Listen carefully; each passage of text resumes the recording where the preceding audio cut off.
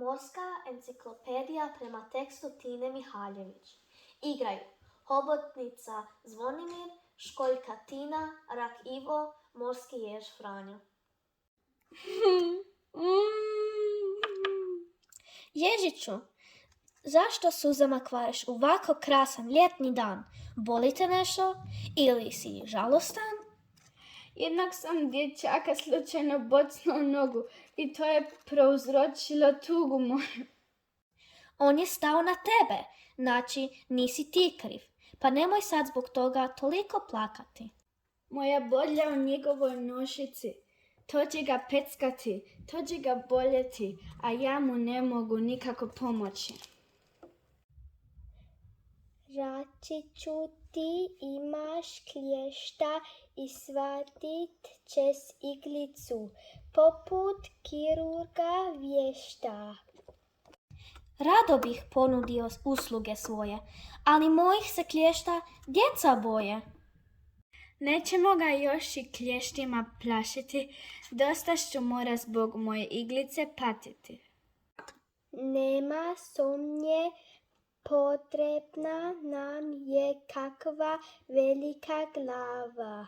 Jedino bi takva ovaj problem snala. U našem podmorju samo je jedna takva glava i nose ju nogu čak 4 para.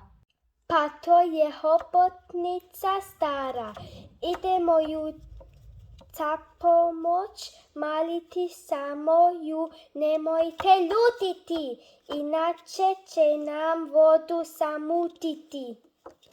Dobar dan, gospođo, molimo vas, pomozite. Za vađenje iglice iz dječakova stopala rješenje pronađite. Tko mi je otmor remeti? Mislite da je ovoliku glavu lako imati? Molim vas, pomozite Račić. Od tuge su ceroni i slano more još više soli. Dječak ima tatu i mamu, a njevo ljubav liječi sva na ranu.